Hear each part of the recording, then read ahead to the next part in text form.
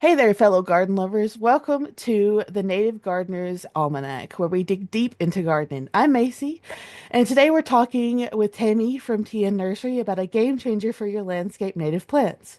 These beauties are stunning and essential for pollinators, wildlife, and the health of our environment. If you've been struggling with high maintenance plants that need constant watering, fertilizing, and protection from pests, I've got good news. Native plants can do all the heavy lifting for you. Stick around because I'll be sharing some of the best native plants for your garden, how they attract beneficial wildlife, and why they're the future of sustainable gardening. Okay, Tammy, can you tell us what are native plants? Hi, Macy. Good to be with you. Native plants are just easy plants. They've evolved in a specific region for thousands of years. They're adapted to local soil, climate, um, and wildlife, which makes them naturally resilient.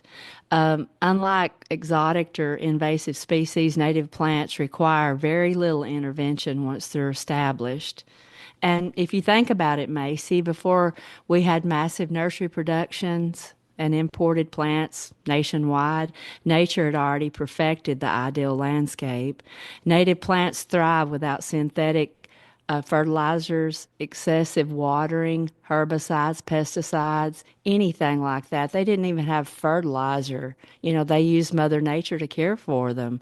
So, in short, they're low maintenance, high rewarding plants that we should all be growing. Uh-huh. So native plants are like the perfect thing from Mother Nature that we don't have to worry about. But why do they matter? Well, they matter for so many reasons. I could go on and on, but I know we don't have time for all the reasons, but I could give you a few reasons why native plants matter. They improve the composition of the soil.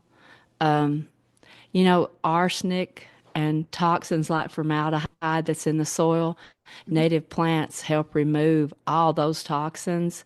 Not only that, but they provide food and shelter for pollinators like bees, butterflies, and birds. They rely on native plants for their food, nectar, their seeds. The milkweed plant, for example, it's the only host plant for monarch butterfly caterpillars. So if we didn't have a milkweed plant, we wouldn't have any monarchs. And Mm-hmm. as everybody knows, the Tennessee Department of Transportation has seen that monarchs are about to get on the extinct species list, Mm-hmm. and they're giving away free milkweed seeds. So, there's a lot of efforts being undertaken to utilize native plants in gardening. Mm-hmm. Some other reasons that native plants is so essential is they require less water and fertilizers. Native plants are perfectly suited for their environment, meaning a homeowner will spend less time dragging around a hose or dumping expensive fertilizers in the soil. Mm-hmm. It's not needed. Mother Nature grew these before there were gardeners or nurseries or mass production. They help prevent soil erosion. They improve the soil health.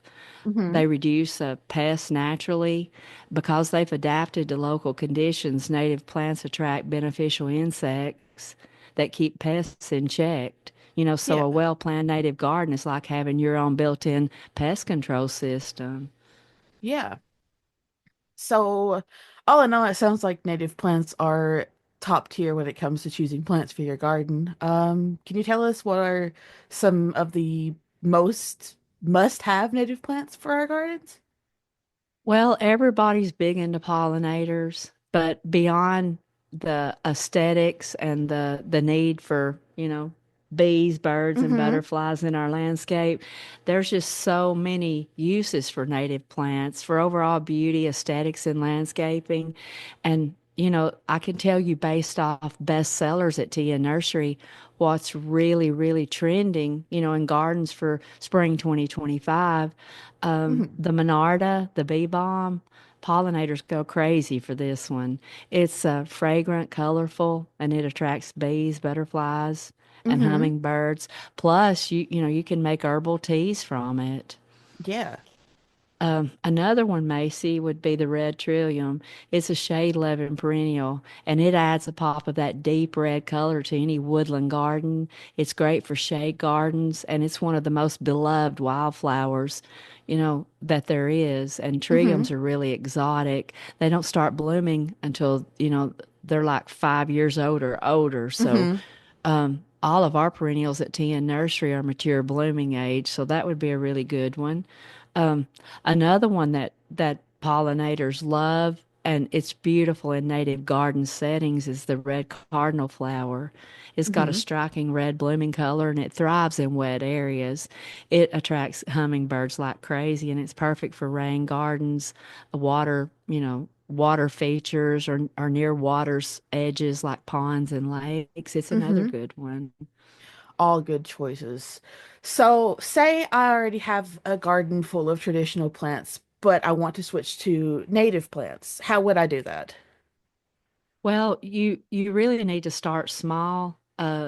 Begin by replacing a few non-natives with native alternatives.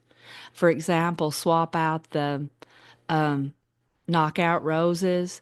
Mm-hmm. Swap out some of those for, like a native elderberry bush, or Carolina allspice. You'll find that pests are nothing like on Mm-hmm. native plants like they are on the hybrids and the man-made.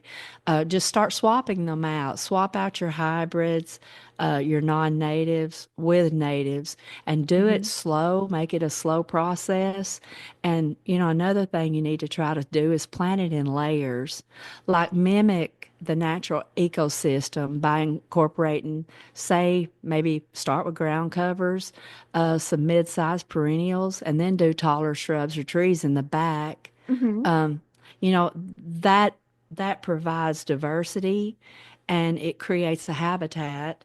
And it also, by planting the larger plants in the back, everything can be seen. And another thing I would really recommend is to ditch the chemicals.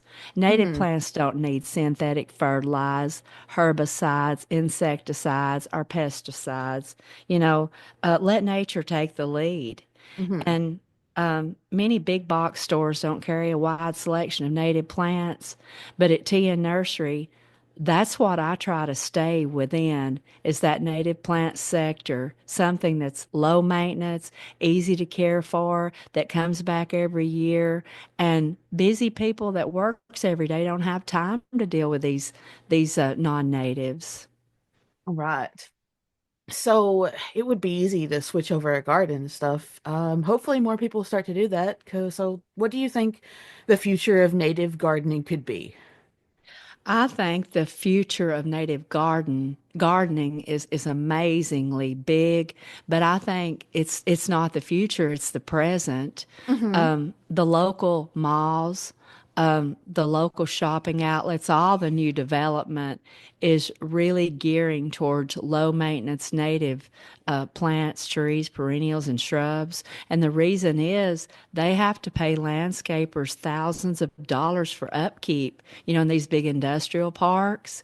Mm-hmm. Native plants, you simply plant them, let them go. They're low maintenance, they're pest and disease resistant. So I feel like that. It's the present, really not the future. Native plants is really in.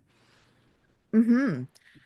Well, thank you, Tammy, for joining us on our podcast today and answering all of our questions.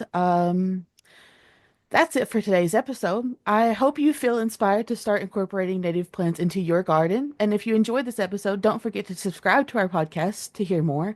Leave a review and share it with a fellow gardener. And hey, I'd love to hear from you. What's your favorite native plant? And do you have any more plants to talk about with us? Tag us on Instagram at TN Nursery or drop a comment on our website, tnnursery.net. Until next time, happy planting.